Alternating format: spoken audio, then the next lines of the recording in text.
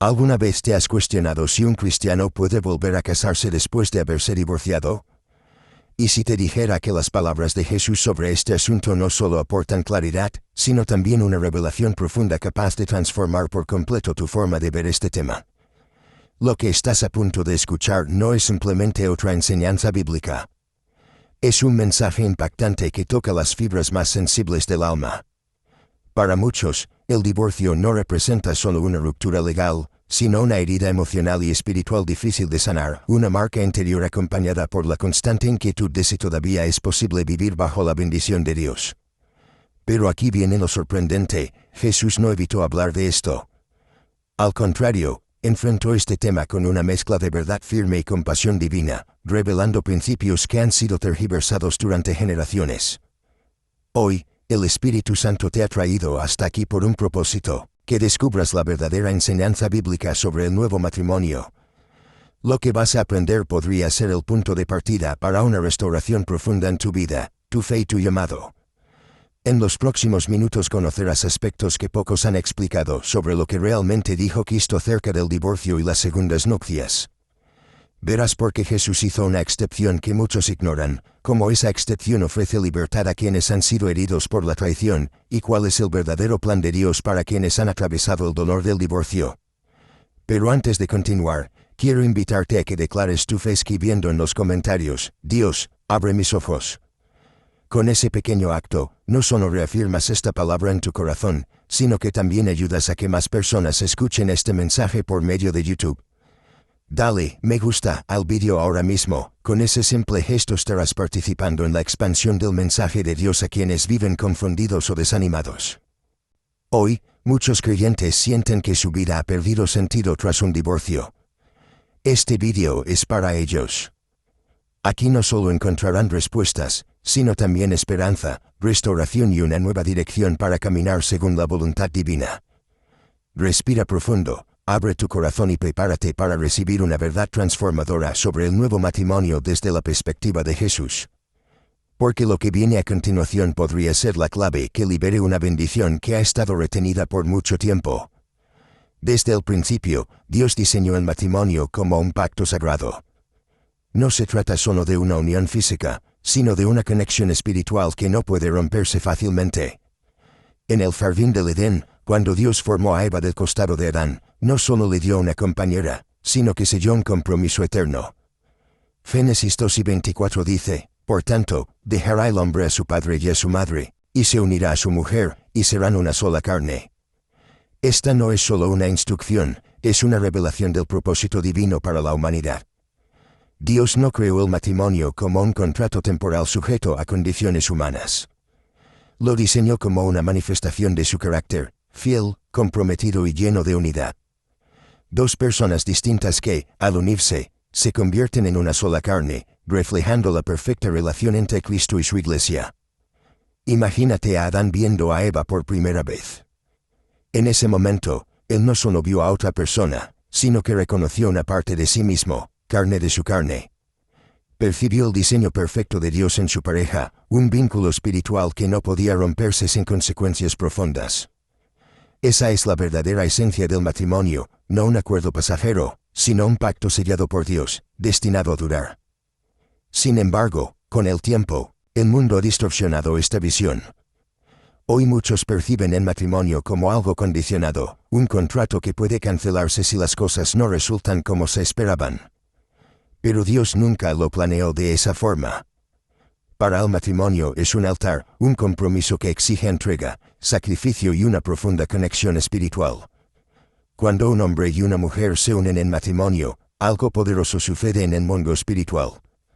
Dos destinos se entrelazan, dos propósitos se alinean y dos almas se funden en un solo ser. Y cualquier intento de separar lo que Dios ha unido solo rompe un vínculo humano, sino que causa una fractura en el mundo espiritual. Esto es lo que Jesús quiso recordar cuando siglos después les dijo a los fariseos: lo que Dios juntó no nos separe el hombre. Mateo 19:6. Jesús no estaba imponiendo una carga, sino revelando la gravedad del pacto matrimonial, un pacto que al romperse deja cicatrices profundas, no solo en los cónyuges, sino en la esencia misma del propósito divino. Por eso, antes de hablar del divorcio, es fundamental recordar el diseño original. Antes de cuestionar si es lícito separarse, es necesario entender por qué Dios creó el matrimonio y qué significa realmente ser una sola carne.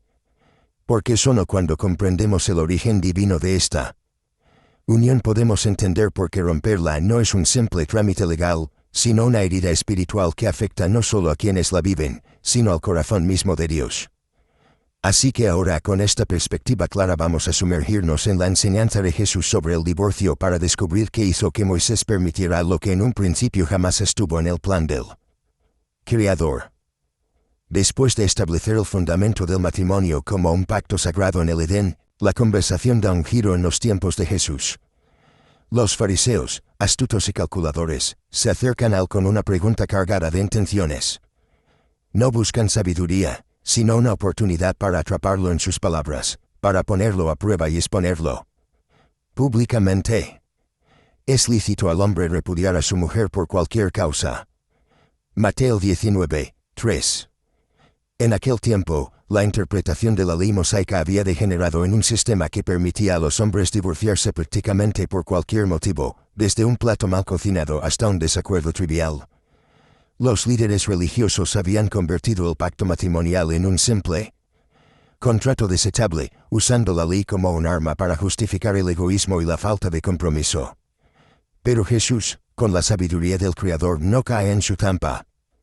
Él no se enreda en debates legales, ni permite que lo arrastren al terreno del hombre. En lugar de ello, eleva la conversación y lleva a los fariseos y a todos los presentes de regreso al principio, al diseño original del Creador. ¿No habéis leído que el que los hizo al principio, varón y hembra los hizo? Mateo 19, 4. Con esta respuesta, Jesús no solo evade la trampa, sino que expone una verdad profunda y olvidada. Antes de que existiera la ley mosaica, antes de que Moisés permitiera la carta de divorcio, existía un diseño perfecto, un hombre, una mujer, una sola carne. Jesús cita Génesis 2 y 24, reafirmando la intención divina de que el matrimonio sea una unión inquebrantable. Por esto dejará el hombre a su padre y a su madre, y se unirá a su mujer, y los dos serán una sola carne. Así que no son ya más dos, sino una sola carne. Por tanto, lo que Dios juntó no nos separe el hombre. Mateo 1956. Aquí Jesús desmantela el argumento fariseo con una contundencia espiritual. No se trata de debatir sobre cuándo es lícito divorciarse. Se trata de recordar por qué el matrimonio fue instituido en primer lugar. El propósito divino no era que el matrimonio fuese un contrato temporal, sino un pacto eterno, una unión sellada en el cielo y reflejada en la tierra. Y es en este momento que el auditorio enmudece. Los fariseos esperaban una respuesta legalista, una opinión sobre las interpretaciones rabínicas, pero Jesús los lleva al terreno de lo sagrado, al corazón de Dios, donde el matrimonio es un espejo del vínculo indisoluble entre Cristo y su Iglesia. Así, lo que parecía una pregunta inocente se convierte en un juicio espiritual para todos los presentes. Jesús no está desestimando la ley mosaica, sino revelando que la ley nunca fue el plan original. El verdadero propósito del matrimonio no era encontrar excusas para romperlo, sino entender que romperlo es desmembrar una unidad creada por Dios mismo. Pero Jesús no ha terminado. Los fariseos no están satisfechos con su respuesta. Insisten y lo que viene a continuación revelará no solo el corazón de Dios hacia el matrimonio, sino también la misericordia divina hacia los que han caído. Y en ese momento Jesús expone la verdadera razón por la cual Moisés permitió el divorcio. La respuesta de Jesús dejó a los fariseos desconcertados. Ellos esperaban una discusión legal, pero Jesús los había llevado directamente al propósito original del matrimonio, un pacto eterno e inquebrantable. Sin embargo, los fariseos no estaban dispuestos a rendirse tan fácilmente. Insisten con una nueva pregunta. ¿Por qué pues mandó Moisés dar carta de divorcio y repudiarla? Mateo 19, 7. Esta pregunta revela mucho más que una simple curiosidad teológica. En realidad, expone la resistencia humana a aceptar la voluntad divina. En lugar de preguntar cómo vivir según el diseño de Dios, los fariseos buscan una salida, una justificación para romper lo que Dios había establecido. Pero Jesús no rehúye la respuesta. En lugar de suavizar su postura, la endurece con una verdad contundente. Por la dureza de vuestro corazón, Moisés os permitió repudiar a vuestras mujeres. Mas al principio no fue así. Mateo 19, 8. Aquí Jesús expone la raíz del problema, el corazón humano endurecido por el pecado. Moisés no instituyó el divorcio como una opción divina. Lo permitió como una medida de contención, una barrera para frenar el caos causado por la obstinación, el orgullo y la rebeldía. Imaginemos por un momento el contexto del antiguo Israel. En una cultura donde los hombres podían repudiar a sus esposas por cualquier causa, la carta de divorcio se convirtió en una medida para proteger a las mujeres de ser abandonadas sin recursos ni defensa. No era un mandato divino, sino una concesión ante la dureza del corazón humano. Y aquí está la clave. La dureza del corazón es el verdadero enemigo del pacto matrimonial. Es el orgullo que se niega a perdonar, el rencor que se acumula sin buscar reconciliación, el egoísmo que prioriza el placer personal sobre el compromiso sagrado.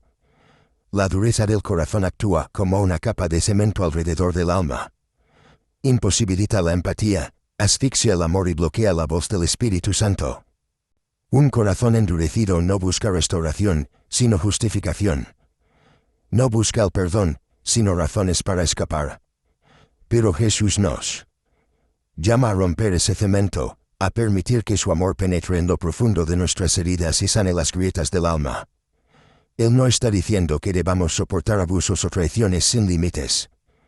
Lo que está diciendo es que antes de considerar la ruptura del pacto, debemos examinar nuestro corazón, confrontar nuestro orgullo y permitir que su gracia deshaga lo que el pecado ha endurecido. Hoy la dureza del corazón sigue siendo una barrera espiritual que destruye matrimonios. Muchos buscan justificaciones para salir de una relación, en lugar de buscar restauración. Pero Jesús nos recuerda que el divorcio no fue parte del diseño original, fue una concesión temporal ante la ceguera espiritual del hombre. Entonces, la verdadera pregunta no es si es lícito divorciarse, sino estoy permitiendo que mi corazón se endurezca. Estoy abriendo puertas al resentimiento, a la amargura, al orgullo, porque antes de romper un pacto, el enemigo siempre buscará endurecer el corazón. Y es ahí donde debemos estar alertas, vigilantes, dispuestos a clamar a Dios para que ablande lo que el pecado ha endurecido. Pero Jesús no se detiene aquí. Su enseñanza va más allá porque después de exponer la dureza del corazón, Él revela una excepción divina, una circunstancia específica que, según su propia palabra, puede romper el vínculo matrimonial sin incurrir en pecado. Y lo que está a punto de decir cambiará para siempre la forma en que entendemos el divorcio y el nuevo matrimonio. Hasta ahora Jesús ha dejado claro que el matrimonio es un pacto divino, un vínculo sagrado que no debe ser roto por capricho humano. Pero los fariseos insisten, quieren una respuesta definitiva, una excepción, una salida que les permita justificar la disolución del matrimonio. Y Jesús, sin rodeos, responde con una declaración que cambiará el curso de la conversación. Y yo os digo que cualquiera que repudia a su mujer, salvo por causa de fornicación, y se casa con otra, comete adulterio. Mateo 19, 9. Aquí está la clave. Jesús establece una excepción específica, la fornicación. Pero, ¿qué significa realmente esta palabra? En el contexto bíblico, la fornicación no se refiere a cualquier pecado, sino a un acto de infidelidad sexual que rompe el pacto matrimonial. Es un pecado que va más allá de una simple transgresión moral. Es una traición que hiere profundamente el alma del traicionado y desgarra el vínculo espiritual creado por Dios. Imagina por un momento el dolor de alguien que ha sido traicionado por la persona en quien confió plenamente. El impacto no solo afecta el corazón, sino también el espíritu. Esa traición no es un simple error humano. Es un golpe mortal a la integridad del pacto matrimonial. Es como si se rompiera un hilo invisible que mantenía unidas dos almas y el vínculo sagrado que Dios había sellado se resquebraja. Jesús no justifica el divorcio, pero reconoce que cuando el pecado de infidelidad entra en escena, el pacto matrimonial ha sido profanado. No porque el divorcio sea deseado por Dios, sino porque el acto de fornicación ya ha roto la unión espiritual establecida en el altar. Aquí es donde muchos se confunden. Algunos piensan que Jesús está promoviendo el divorcio o que está abriendo una puerta para romper el matrimonio por cualquier causa. Pero no es así. Él no dice que es obligatorio divorciarse en caso de fornicación. Lo que dice es que en ese caso específico, la persona traicionada no incurre en adulterio si decide rehacer su vida. Y esto es fundamental. Jesús no está dando una excusa para escapar del matrimonio, sino una salida para aquellos que han sido víctimas de una infidelidad devastadora, porque Dios es justo. No castiga al inocente por el pecado del culpable. Pero, ¿cómo discernir si la causa del divorcio fue legítima? ¿Cómo saber si la fornicación realmente rompió el vínculo matrimonial? Aquí es donde el discernimiento espiritual se vuelve esencial. No se trata de usar esta excepción como un arma o una excusa, sino de buscar la voluntad de Dios en medio del dolor. Si la infidelidad ha ocurrido, el primer paso no es correr hacia el divorcio, sino buscar la restauración, la sanidad, el perdón. Sin embargo, si el infiel persiste en su pecado, si se niega a arrepentirse, si convierte la traición en un patrón de vida, entonces Jesús deja claro que el inocente no está obligado a cargar con una relación profanada una y otra vez. En Mins, este punto es crucial. Recordar que la excepción no es una puerta abierta al libertinaje, sino un acto de justicia divina. No es un permiso para el capricho, sino una provisión para proteger al traicionado. Jesús pone límites a la dureza del corazón, pero también muestra compasión hacia quienes han sido traicionados. Y esta enseñanza, aunque difícil de aceptar, refleja el perfecto equilibrio entre la justicia y la misericordia divina. Pero la conversación no termina aquí, porque lo que Jesús está revelando no es solo una excepción, está exponiendo el corazón de Dios, un corazón que no busca condenar, sino restaurar. Y lo que viene a continuación será una invitación para todos aquellos que han sido heridos por el pecado de la infidelidad a encontrar un camino de sanidad, redención y un nuevo comienzo bajo la voluntad de Dios. La excepción por fornicación revelada por Jesús nos muestra que el corazón de Dios no es indiferente al dolor del traicionado.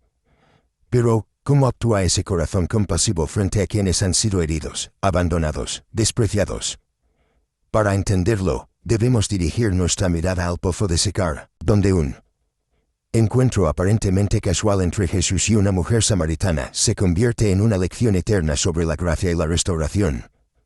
Esta mujer había vivido 5 matrimonios fallidos y ahora convivía con un hombre que no era su esposo. En aquella sociedad su reputación estaba manchada. Era vista como alguien que había fallado repetidamente, como una mujer sin esperanza ni redención, y por eso iba al pozo a la hora más calurosa del día, cuando nadie más estaba allí. Pero Jesús, guiado por el Espíritu, la esperaba no por casualidad, sino por propósito divino. Él sabía cada detalle de su vida, cada fracaso, cada rechazo, cada herida oculta. Sabía de sus múltiples matrimonios, pero no llegó a ella con palabras de condena, sino con un ofrecimiento de vida. Si conocieras el don de Dios y quién es el que te dice, dame de beber, pedirías y él te daría agua viva. Juan 4:10. El enfoque de Jesús es tan revelador como compasivo. No le dice, ¿cómo te atreves a vivir en pecado? No la humilla, no la expone, no la rechaza. En lugar de señalar sus errores, le ofrece lo único que puede sanar su alma sedienta, el agua viva del Espíritu. Pero eso no significa que Jesús ignore su condición. Él le dice claramente, bien has dicho, no tengo marido, porque 5 maridos has tenido y el que ahora tienes no es tu marido. Juan 4:17-18. Jesús no oculta la verdad, pero tampoco utiliza esa verdad para destruirla. Aquí vemos un modelo perfecto del equilibrio divino entre justicia y compasión. Jesús no aprueba el pecado, pero tampoco la condena. No le da excusas para seguir viviendo en desobediencia, pero tampoco le cierra la puerta de la restauración. ¿Por qué es tan importante este pasaje en el contexto del divorcio? ¿Y el nuevo matrimonio? Porque nos muestra que aunque la sociedad pueda etiquetar a alguien como fracasado, inmoral o indigno, Jesús ve más allá de las etiquetas. Él ve el corazón, él ve el potencial y sobre todo, ve la sed espiritual que ni los múltiples matrimonios ni las relaciones rotas pudieron saciar. La mujer samaritana representa a todos. Aquellos que han buscado llenar su vacío en relaciones humanas, pero que han terminado más vacíos y quebrantados que antes. Sin embargo, el encuentro con Jesús lo cambia todo. En lugar de condenarla, Él le ofrece un nuevo comienzo, una nueva identidad, una nueva fuente de satisfacción. Y eso es lo que el Señor hace con cada persona que ha sido herida por la traición, el abandono o el fracaso matrimonial. No nos desecha, no nos olvida, no nos aparta, los busca, los encuentra, les ofrece lo único que puede restaurar su alma, el agua viva del Espíritu Santo. La mujer samaritana dejó su cántaro en el pozo y corrió a la ciudad, transformada, renovada, restaurada. De ser una mujer despreciada, se convirtió en la primera evangelista en Samaria. No porque su pasado fuera borrado, sino porque su corazón había sido sanado. Así es el Dios que servimos, un Dios que no aprueba el pecado, pero que no deja de amar al pecador. Un Dios que confronta la verdad, pero que extiende la mano de la gracia. Un Dios que restaura a los traicionados, a los heridos, a los quebrantados y les da una nueva razón para vivir. Y ahora que hemos visto cómo Jesús trató a esta mujer con compasión y verdad, vamos a profundizar en lo que significa la restauración espiritual después del divorcio. Porque en el corazón de Dios siempre hay esperanza para aquellos que buscan regresar al propósito divino. La historia de la mujer samaritana nos mostró cómo Jesús no rechaza a quienes han fallado en sus relaciones, sino que les ofrece restauración y una nueva vida. Pero, ¿qué pasa cuando el divorcio deja cicatrices tan profundas que parece imposible seguir adelante? ¿Es realmente un fracaso espiritual? Para muchos, el divorcio no es solo el final de un matrimonio, es la pérdida de un sueño, el colapso de un proyecto de vida construido con promesas, esperanzas y expectativas. Cada palabra no dicha, cada perdón no concedido, cada herida no sanada se convierte en un eco constante que resuena en la mente y el corazón. Y ese eco puede ser tan ensordecedor que llega a apagar la voz de Dios. Pero aquí es donde el enemigo planta su semilla más peligrosa, la culpa. Has fracasado, susurra. Dios no te perdonará, insiste. Estás fuera del propósito divino, acusa. Sin embargo, estas palabras no provienen del cielo. Son mentiras diseñadas para mantener al quebrantado en un ciclo de condenación y autodesprecio. En medio de esa oscuridad, el Salmo 34:18 se levanta como un faro de esperanza. Cercano está Jehová a los quebrantados de corazón y salva a los contritos de espíritu. Dios no se aleja de los heridos, se acerca a ellos, no desprecia al que ha caído, los sostiene con sus manos llenas de gracia, no aparta a los que lloran. Los atrae hacia sí como un padre que abraza a un hijo que ha perdido el rumbo. Imaginemos por un momento a un hombre o una mujer que ha visto cómo su matrimonio se desmorona. Se siente avergonzado, inútil, rechazado. Los amigos se alejan, la familia critica y la iglesia, en lugar de ser un refugio, se convierte en un tribunal. En ese momento es fácil creer que Dios también ha cerrado las puertas, pero es precisamente ahí en medio de ese dolor indescriptible donde el Señor se hace presente, no como un juez implacable, sino como un sanador compasivo. Porque a Dios no le impresiona la perfección, sino la humildad del corazón contrito. En la cultura bíblica, el quebrantamiento se asociaba con la ruina, la pérdida, la devastación. Sin embargo, Dios le da un significado completamente diferente. En su reino, los quebrantados no son desechados, son restaurados.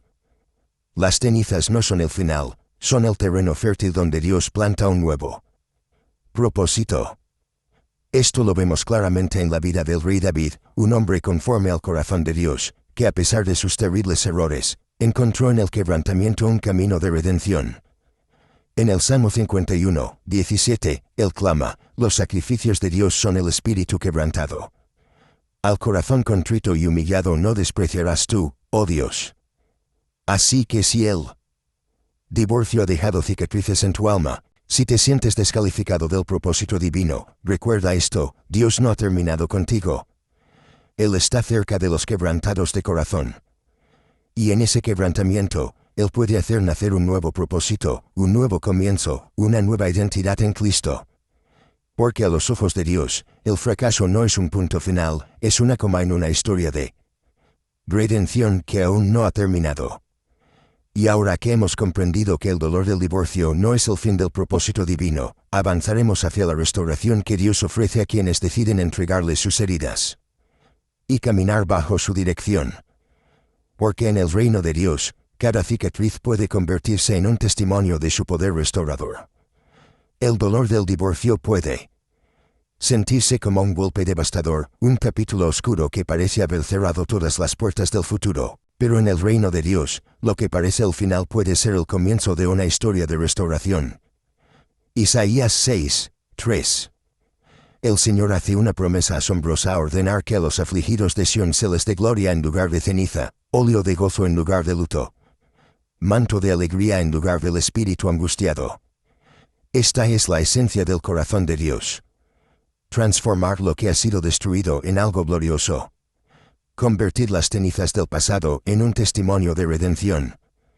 Imaginemos por un momento a alguien que ha atravesado un divorcio. La casa ahora está vacía. Las fotos, los recuerdos, las promesas rotas parecen gritar que la vida ha perdido todo propósito. Es fácil quedarse atrapado en ese luto, permitiendo que la culpa, la vergüenza y el resentimiento se conviertan en cadenas que atan el alma al dolor. Pero aquí es donde Dios interviene. Él no ignora las lágrimas del quebrantado, no minimiza el dolor, pero tampoco permite que ese dolor se convierta en la identidad de quien lo sufre. En lugar de cenizas, Él ofrece gloria. En lugar de luto, gozo. En lugar de angustia, un manto de alegría. La restauración, sin embargo, no es un proceso automático, no basta con desearlo. Es un camino que requiere entrega, rendición y, sobre todo, arrepentimiento genuino. Porque antes de restaurar, Dios debe sanar.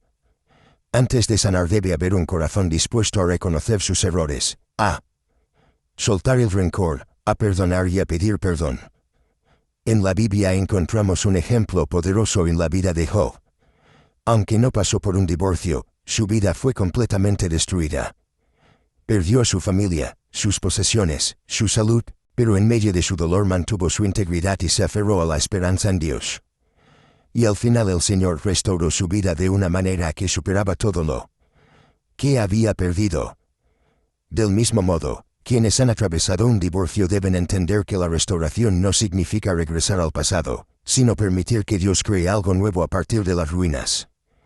Es dejar que Él tome los fragmentos del corazón roto y los convierta en un testimonio vivo de su poder transformador. Pero esta restauración no sucede sin dirección divina.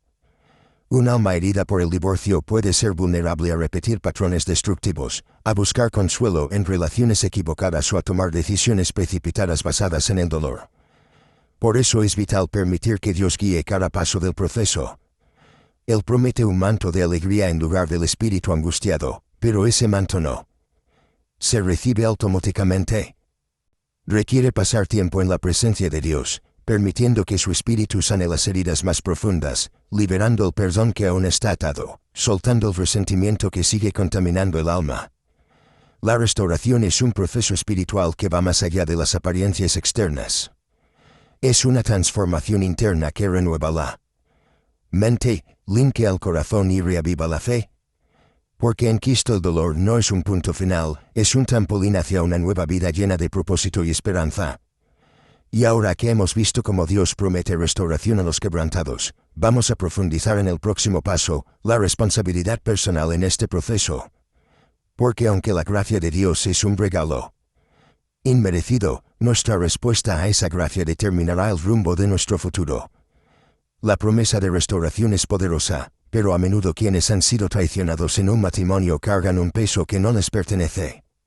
Se sienten responsables por el fracaso, culpables por no haber salvado la relación, atrapados en una condena que no les corresponde.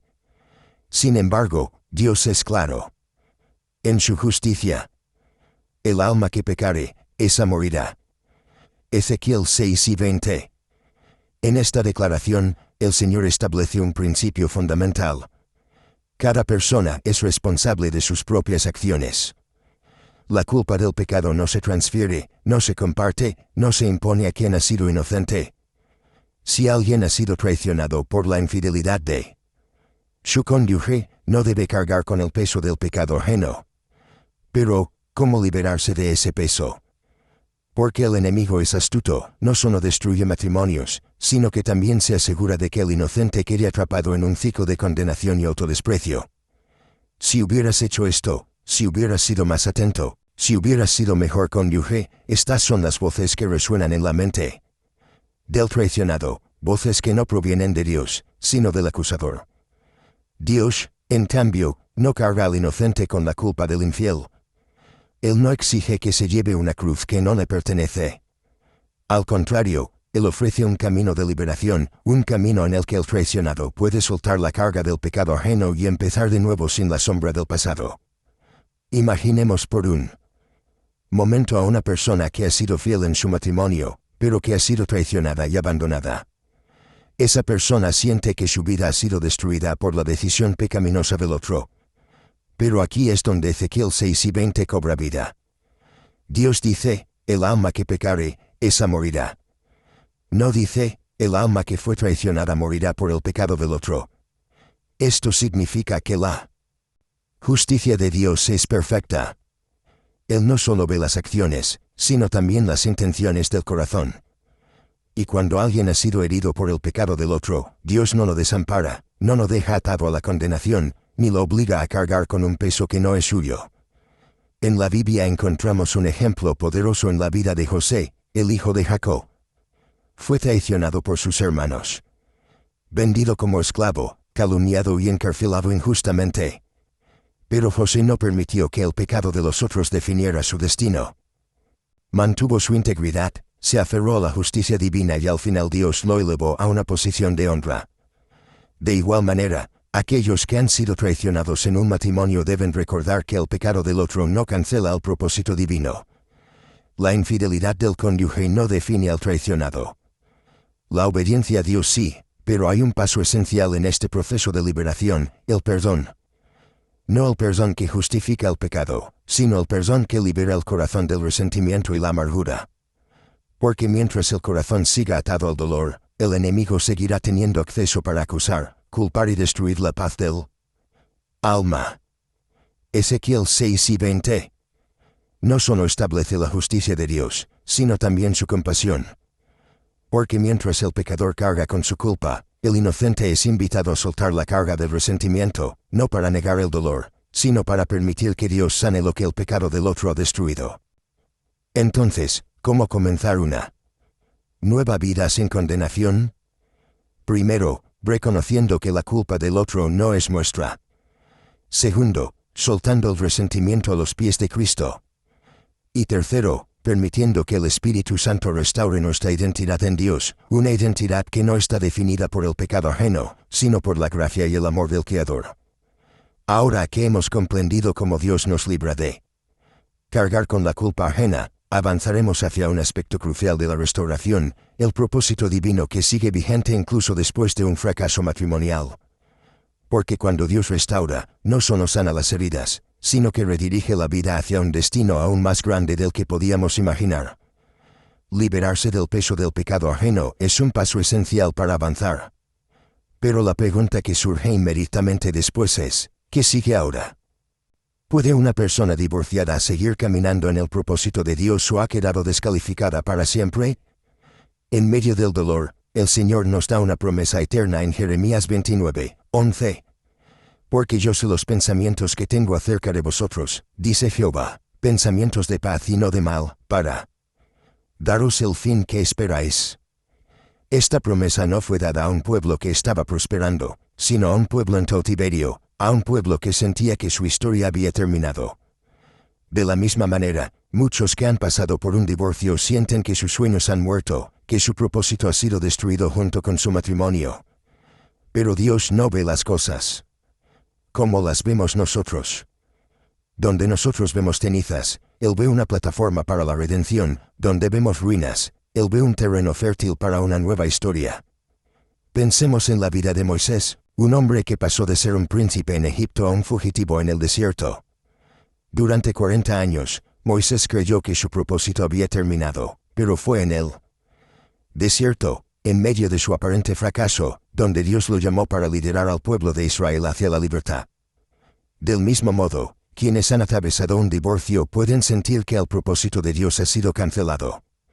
Pero eso es una mentira del enemigo. El Señor no desecha a sus hijos por un capítulo oscuro en su historia.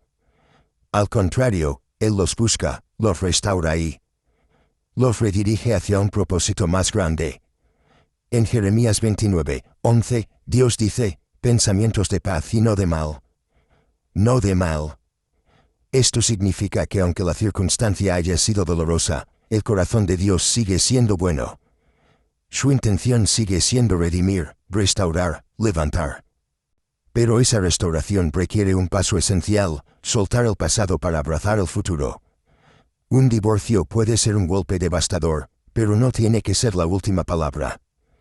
De hecho, puede ser el terreno donde Dios construya un testimonio que alcance a otros, porque el propósito divino no se basa en nuestra perfección, sino en su gracia. Y esa gracia tiene el poder de tomar las cenizas del pasado y transformarlas en un mensaje de redención que inspire, libere y restaure a muchos. Imaginemos por un momento a un hombre o una mujer que han atravesado un divorcio. Se sienten avergonzados, rechazados, invisibles, pero Dios les dice, mis pensamientos acerca de ti siguen siendo de paz. Mis planes para ti no han cambiado. Mi propósito para tu vida sigue intacto. En el desierto del dolor, Dios se presenta como el restaurador de los sueños perdidos. Él toma lo que otros han desechado y lo convierte en un vaso de honra. Él toma lo que fue roto y lo utiliza para mostrar su poder redentor. Él convierte las lágrimas derramadas en semillas que a su tiempo darán fruto. El propósito de Dios no se cancela por un divorcio. Al contrario, puede ser el escenario donde su poder se manifieste con mayor claridad. Porque cuando Dios restaura, no lo hace a medias, no solo sana las heridas, también redime el propósito. No solo consuela el corazón, también renueva la visión. Y ahora que hemos comprendido que el propósito de Dios sigue vigente incluso después de un divorcio, avanzaremos hacia el siguiente paso. ¿Cómo debe actuar la Iglesia ante los divorciados? ¿Cómo podemos convertirnos en agentes de restauración en lugar de jueces implacables? Porque el verdadero amor de Cristo no solo abraza al caído, sino que también lo ayuda a levantarse. Si Dios no cancela su propósito para los divorciados, ¿por qué tantas iglesias lo hacen? ¿Por qué tantas congregaciones se convierten en tribunales de condena en lugar de refugios de restauración? En Gálatas 6:1, el apóstol Pablo escribe una instrucción que revela el verdadero corazón de la Iglesia de Cristo.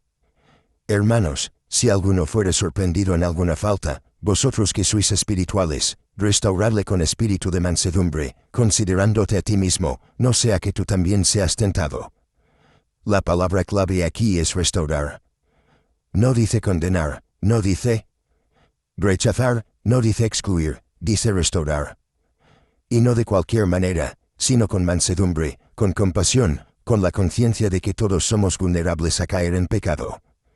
Sin embargo, en lugar de restauración, muchos divorciados han encontrado en la Iglesia un lugar de juicio. Han sido etiquetados como fracasados, tratados como impuros, apartados como si su dolor los descalificara para siempre. Y esto no solo es contrario al Evangelio, sino que es una grave distorsión del corazón de Cristo. Pensemos por un momento en cómo Jesús actuó con aquellos que habían fallado. En lugar de rechazarlos, los atrajo hacia sí. En lugar de humillarlos, los levantó. En lugar de condenarlos, les ofreció un camino de restauración. Imaginemos a la mujer sorprendida en adulterio. Los líderes religiosos la arrastraron hasta Jesús, no para restaurarla, sino para exponerla, para usarla como un ejemplo de lo que sucede cuando alguien cae. Pero Jesús, en lugar de unirse a la multitud acusadora, se inclinó y escribió en el suelo. No sabemos lo que escribió, pero lo que sí sabemos es que con sus palabras transformó el juicio en gracia. El que de vosotros esté sin pecado sea el primero en arrojar la piedra. Juan 8, 7. En ese momento todos se marcharon y cuando quedó a solas con ella, Jesús no la condenó. En cambio, le dio una nueva oportunidad. Ni yo te condeno. Vete y no peques más. Juan 8 y 11. Esta es la esencia del Evangelio. No se trata de minimizar el pecado, sino de maximizar la gracia. No se trata de ignorar las faltas, sino de ofrecer un camino para restaurar al caído. En lugar de ser un tribunal, la Iglesia está llamada a ser un hospital espiritual, un lugar donde los heridos puedan encontrar sanidad, donde los quebrantados puedan ser restaurados, donde los divorciados puedan descubrir que el propósito de Dios sigue vigente para ellos. Pero esta restauración no se hace a la ligera. Pablo advierte, considerándote a ti mismo, no sea que tú también seas tentado. En otras palabras, antes de señalar el pecado del otro, revisa tu propio corazón. Antes de imponer cargas a los demás, asegúrate de estar caminando en obediencia y humildad. Porque el verdadero espíritu de restauración nace del amor, no del juicio. Nace del deseo de ver al caído levantarse, no de la necesidad de demostrar superioridad espiritual. Y ese es el verdadero espíritu de Cristo. En lugar de arrojar piedras, extendamos nuestras manos. En lugar de condenar, escuchemos. En lugar de apartar, acerquémonos, porque en el cuerpo de Cristo no hay intocables. Todos somos redimidos, todos somos perdonados, todos somos llamados a ser agentes de restauración. Y ahora que hemos visto cómo debe actuar la Iglesia ante los divorciados, avanzaremos hacia un elemento esencial en el proceso de sanidad, el perdón. Porque no puede haber restauración sin perdón y no puede haber un nuevo comienzo sin soltar lo que ha quedado atrás. La Iglesia está llamada a restaurar a los caídos con mansedumbre, pero hay un paso esencial en ese proceso que no puede ser ignorado, el perdón. Sin perdón no hay verdadera restauración. Sin perdón las cadenas del pasado siguen atando el alma al dolor, al resentimiento, a la culpa. En Romanos 8, 1, el apóstol Pablo declara con autoridad espiritual, ahora pues, ninguna condenación hay para los que están en Cristo Jesús. Esta verdad poderosa nos recuerda que cuando entramos en Cristo, las cadenas del pecado y la condenación se rompen. No porque se ignore el pecado, sino porque el perdón de Dios cubre toda transgresión y nos otorga un nuevo comienzo. Sin embargo, hay muchos que a pesar de haber recibido el perdón de Dios, siguen atrapados en el resentimiento, siguen aferrados a las heridas del pasado, repitiendo en su mente una y otra vez las traiciones, las palabras hirientes, los momentos de rechazo. Y esa falta de perdón no solo bloquea la restauración, también impide avanzar hacia el propósito que Dios ha preparado. Imaginemos por un momento a alguien que ha sido traicionado por su cónyuge. Cada vez que recuerda el dolor, su corazón se endurece. Cada vez que piensa en la traición, el resentimiento crece. Y aunque ha pedido perdón a Dios por sus propios errores, no puede liberar a la persona que le causó tanto daño. Pero aquí está la clave. El perdón no es un favor que le hacemos al otro, es un acto de liberación para nuestra propia alma. No se trata de justificar lo que hicieron, sino de soltarlo para que deje de tener poder sobre nosotros. En Mateo 18:212, Pedro le pregunta a Jesús, ¿cuántas veces debe perdonar a su hermano? ¿Hasta 7 veces? Pregunta creyendo que está siendo generoso. Pero Jesús responde, no te digo hasta 7, sino hasta 70 veces 7. Mateo 6:22. ¿Qué está enseñando Jesús aquí? Que el perdón no es un evento único, sino un proceso continuo. Cada vez que el dolor regrese, cada vez que el resentimiento intente volver, debemos recordar que nuestra alma no está bajo en condenación. Hemos sido perdonados por Cristo y ahora somos llamados a extender ese perdón a quienes nos han herido. Esto no significa ignorar la gravedad de la traición, no significa minimizar el dolor, significa entregarlo a los pies de la cruz y permitir que Dios se encargue de hacer justicia. Porque mientras el resentimiento permanezca en el corazón, el enemigo tendrá un acceso constante para seguir destruyendo nuestra paz y contaminando nuestro presente. Perdonar no es olvidar, es soltar. No es negar el dolor, es permitir que el Espíritu Santo lo sane. No es justificar al traidor, es entregarle a Dios la justicia y confiar en que Él hará lo correcto. Y en este proceso debemos recordar siempre las palabras de Romanos 8:1. Ninguna condenación hay para los que están en Cristo, porque el enemigo intentará usar el dolor del pasado para recordarnos nuestros errores, para susurrarnos al oído que no merecemos un nuevo comienzo. Pero cuando hemos sido lavados por la sangre de Cristo, la condenación pierde su poder. Entonces, ¿qué significa perdonar en el contexto del divorcio? Significa soltar al traidor, no para que quede impune, sino para que Dios sea quien haga justicia. Significa liberar el resentimiento, no porque lo que hicieron esté bien, sino porque nuestra paz vale más que la amargura. Y sobre todo significa reconocer que si Cristo nos perdonó a nosotros, también nos ha dado la capacidad de perdonar a quienes nos han herido, no con nuestras fuerzas, sino con su gracia. Ahora que hemos comprendido el poder del perdón y cómo éste libera nuestra alma del pasado, avanzaremos hacia el siguiente paso esencial. ¿Cómo discernir si un nuevo matrimonio está realmente en la voluntad de Dios?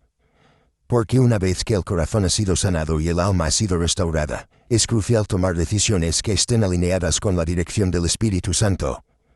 Discernir la voluntad de Dios para un nuevo matrimonio es un proceso espiritual que requiere atención, sabiduría y una entrega total al Señor. No se trata solo de seguir el deseo del corazón, sino de asegurarse de que ese deseo está alineado con el propósito divino. Para hacerlo, hay algunos principios esenciales que deben ser considerados cuidadosamente. El primer principio es la oración intencional. Antes de tomar cualquier decisión importante, es fundamental buscar la dirección de Dios a través de la oración. Pero esta no es una oración superficial, sino una búsqueda sincera del consejo divino. No se trata de pedirle a Dios que bendiga lo que ya hemos decidido hacer, sino de acercarnos con un corazón dispuesto a escuchar su voz, incluso si su respuesta no coincide con lo que queremos oír. El segundo principio es la paz del Espíritu Santo. La voluntad de Dios siempre trae consigo una paz sobrenatural, una calma que sobrepasa todo entendimiento. Si, a pesar de la atracción o del interés por una nueva persona, hay inquietud, dudas persistentes o una sensación constante de desasosiego, es un claro indicio de que debemos detenernos.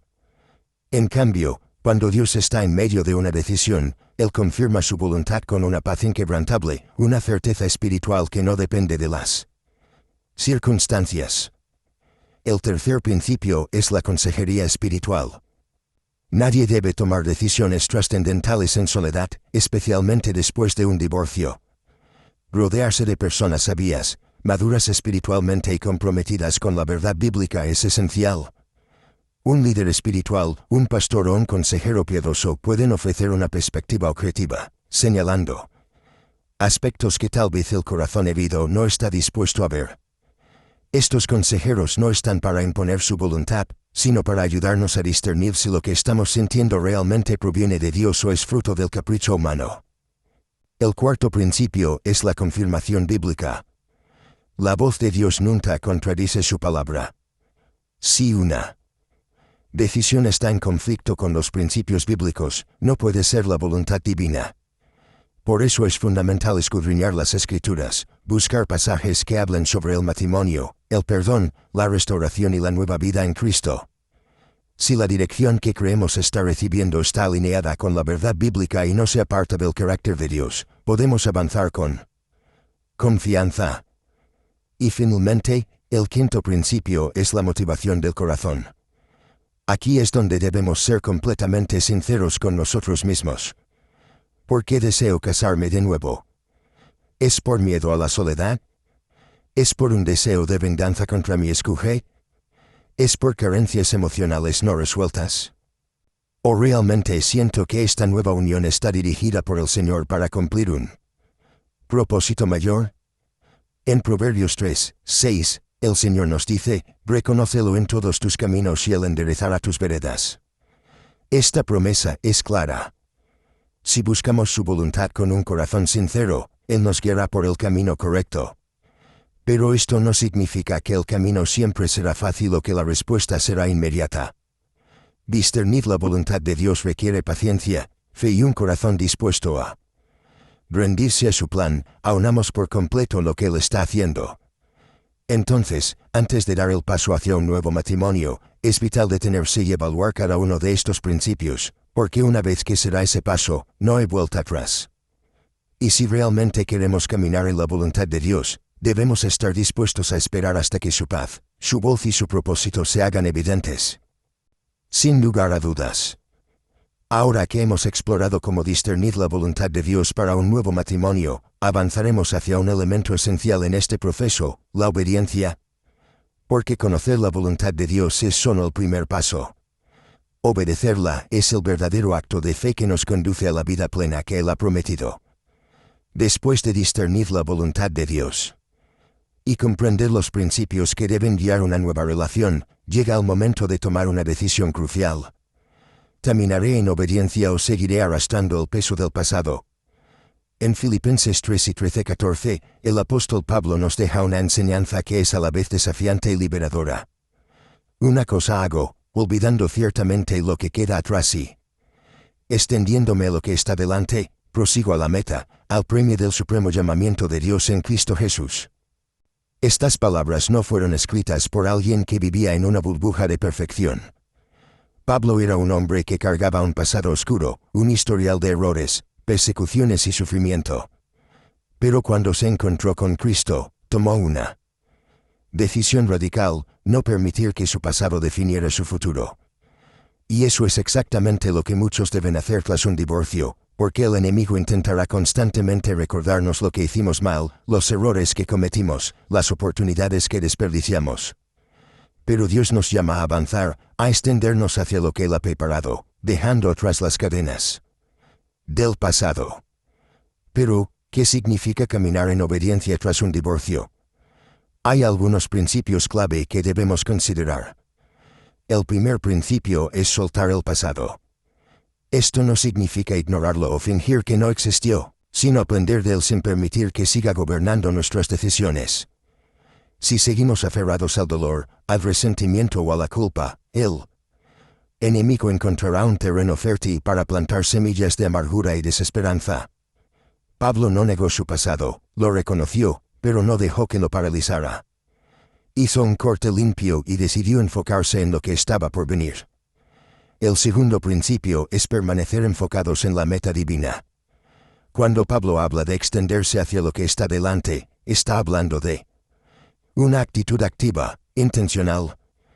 No se trata de simplemente esperar que las cosas mejoren, sino de fijar la mirada en el propósito eterno de Dios.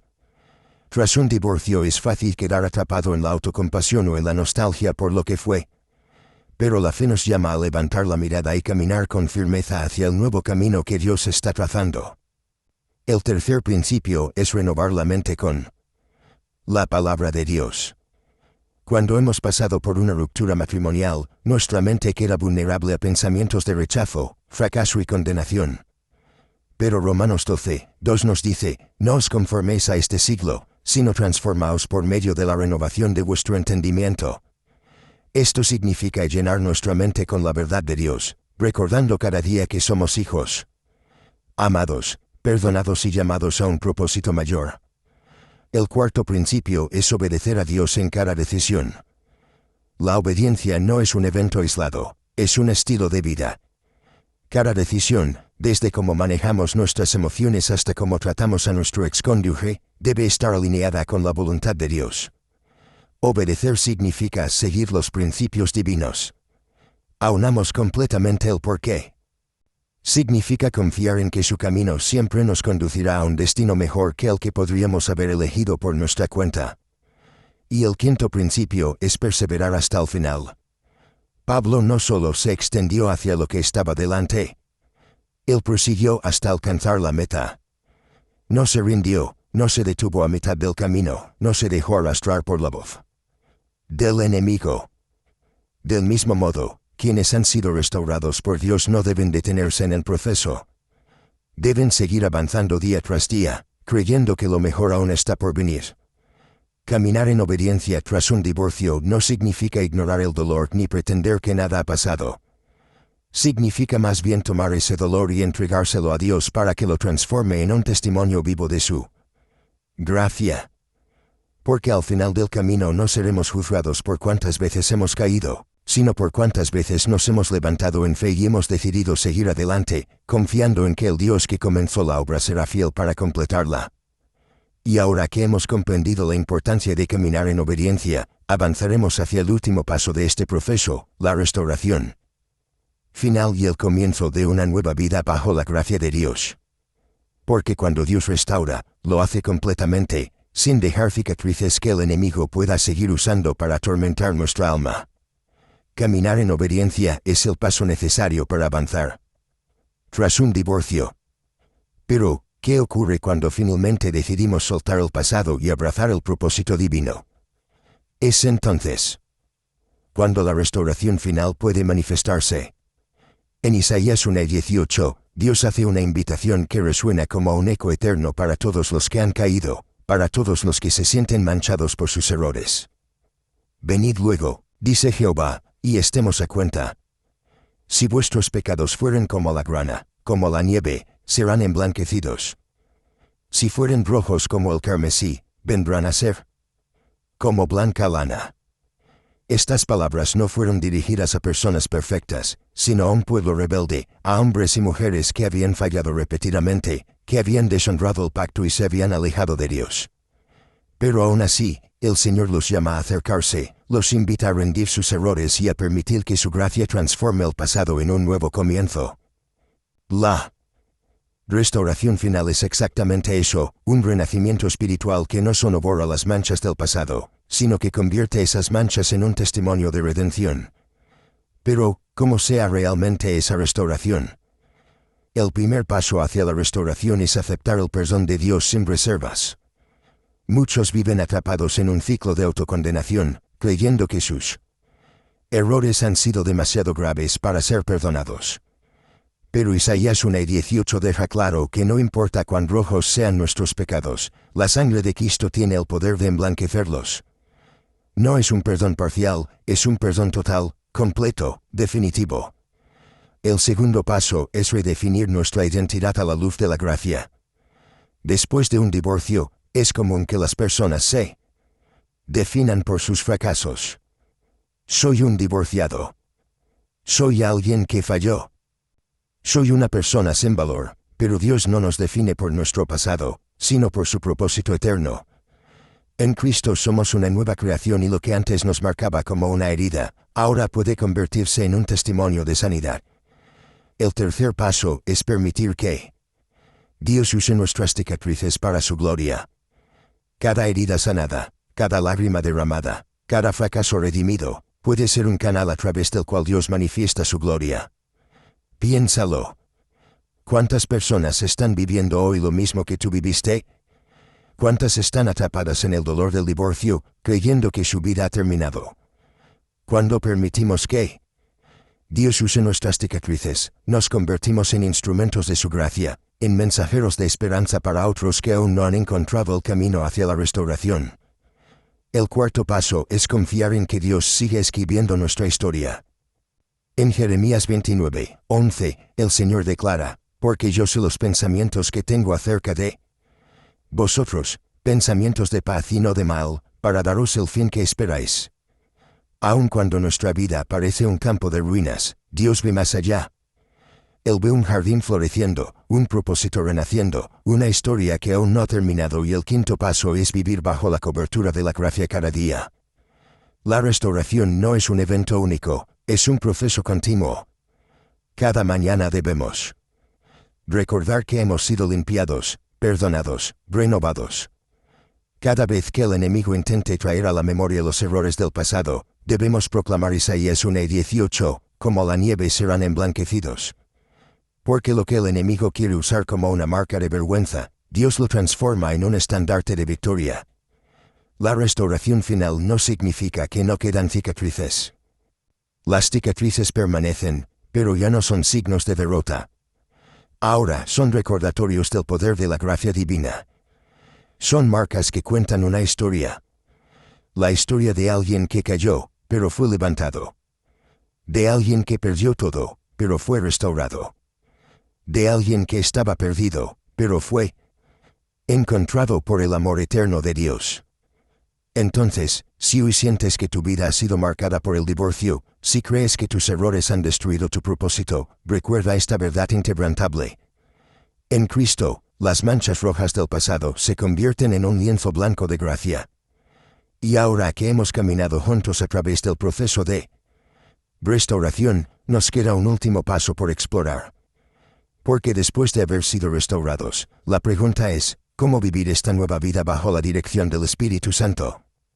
¿Cómo asegurarnos de que no repetiremos los errores del pasado? Esa es la clave final que revelaremos a continuación. Llegaste hasta el final. ¿Sabes lo que eso significa? Que eres uno de los pocos que no solo escucha la voz de Dios, sino que también está dispuesto a seguirla. Muy pocos llegan hasta aquí. Muy pocos soportan el peso de una verdad tan profunda y transformadora, pero tú lo hiciste.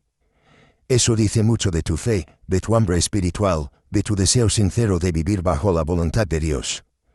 Y eso merece un reconocimiento. Quiero que comentes una frase específica, una que demuestre que no solo viste el vídeo completo, sino que lo interiorizaste, que dejaste que cada palabra calara en tu alma. La frase es, Dios aún escribe mi historia. Escríbela ahora mismo en los comentarios y deja que el mundo sepa que estás listo para un nuevo comienzo. Porque cuando proclamas esa verdad en voz alta, no solo te comprometes con Dios, sino que también te conviertes en un faro de luz para aquellos que aún están atrapados en la oscuridad. A lo largo de este vídeo hemos recorrido un camino espiritual profundo y desafiante. Hemos aprendido que el matrimonio es un pacto sagrado sellado por Dios desde el principio. Vimos cómo Jesús enfrentó la dureza del corazón humano al responder a los fariseos y cómo, a pesar del pecado, la restauración sigue siendo posible. Hemos descubierto que la infidelidad puede romper un matrimonio, pero no tiene el poder de destruir el propósito eterno que Dios ha trazado para nuestras vidas. Comprendimos que, aunque el juicio del mundo es inmediato, el camino del creyente es un proceso constante, donde el perdón y la obediencia se convierten en pilares esenciales para la restauración. Pero ahora viene una pregunta clave: ¿qué harás con todo lo que has aprendido? ¿Permitirás que estas palabras se queden como un mensaje más que escuchaste y olvidaste, o decidirás dejar que transformen tu forma de vivir?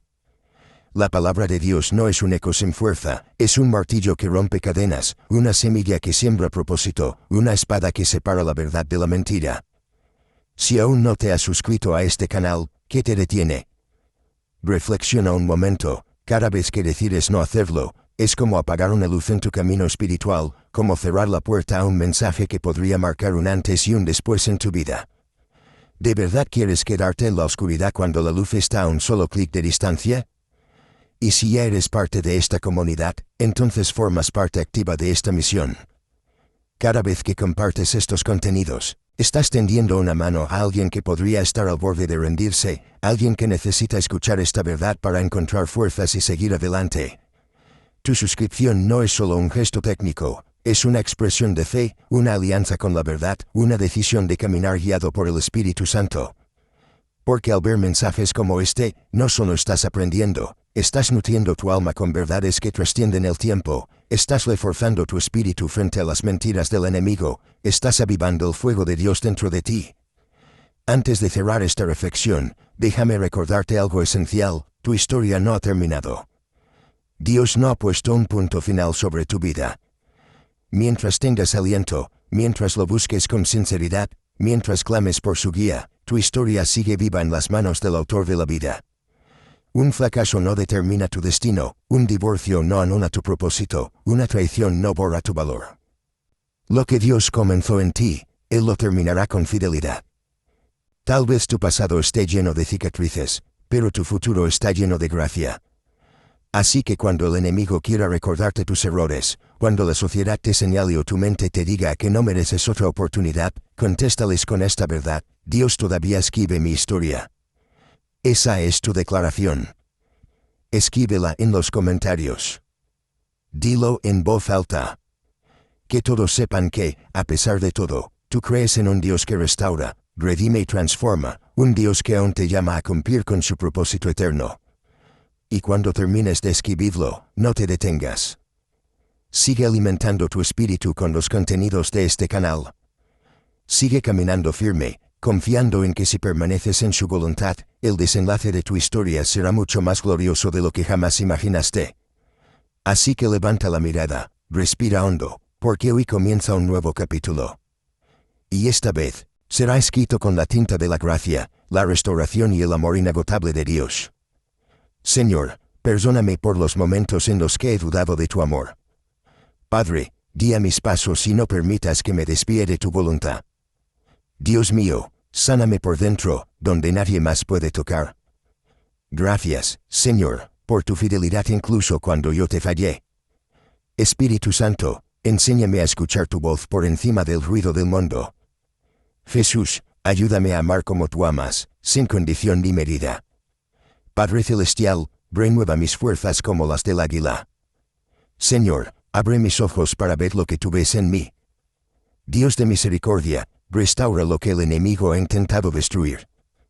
Cubre a mi familia con tu sangre preciosa, y protégela de todo mal. Señor, enséñame a esperar en ti con paciencia y fe. Te entrego mis planes, haz con ellos lo que tú quieras. Gracias, Padre, por amarme aun cuando yo me alejé. Sana mi corazón roto, y llénalo de tu paz. No entiendo lo que estás haciendo, Dios, pero confío en ti. Usa mi vida para reflejar tu luz en este mundo oscuro. Señor, quita de mi vida todo lo que me aleja de ti. Dame sabiduría para tomar decisiones conforme a tu palabra. Ayúdame a perdonar como tú me perdonaste a mí. Padre, fortalece mi fe cuando las pruebas me golpean. Dios, dame valentía para hablar de ti sin temor. Te alabo en medio de la tormenta, porque sé que tú estás conmigo. Lléname con tu gozo, incluso en medio de la tristeza. Hazme humilde, Señor, y líbrame del orgullo. Bendice a quienes me han hecho daño, y trabaja en sus corazones. Líbrame del mal y del camino que lleva a la perdición. Te necesito más que nunca, no me sueltes, Señor. Restaura mi matrimonio, mi familia, mi hogar. Señor, dame un corazón conforme al tuyo. Muéstrame el propósito que tienes para mi vida. Gracias por cada batalla que me hizo más fuerte. Enséñame a depender de ti, no de mis propias fuerzas. Saca de mí todo resentimiento, y lléname de compasión. Abre puertas que ningún hombre pueda cerrar. Jesús, toma el control de mis pensamientos y emociones. Te entrego mis cargas, tú eres mi descanso. No permitas que mi corazón se endurezca. Señor, dame una fe que mueva montañas. Que mi vida sea un testimonio de tu poder y tu amor. Ayúdame a buscarte más que a las bendiciones. Gracias por tu gracia inmerecida cada día. Borra mis errores y crea en mí un espíritu nuevo. Hazme sensible a la voz del Espíritu Santo. Te alabo porque tu amor nunca falla. Padre, enséñame a vivir en santidad. Sé mi refugio cuando me siento débil y solo. No me dejes caer en tentación, guárdame en integridad. Renueva mi pasión por tu palabra y tu presencia. Te doy gracias por lo que haces, pero aún más por quién eres. Aquí estoy, Señor, úsame para tu gloria.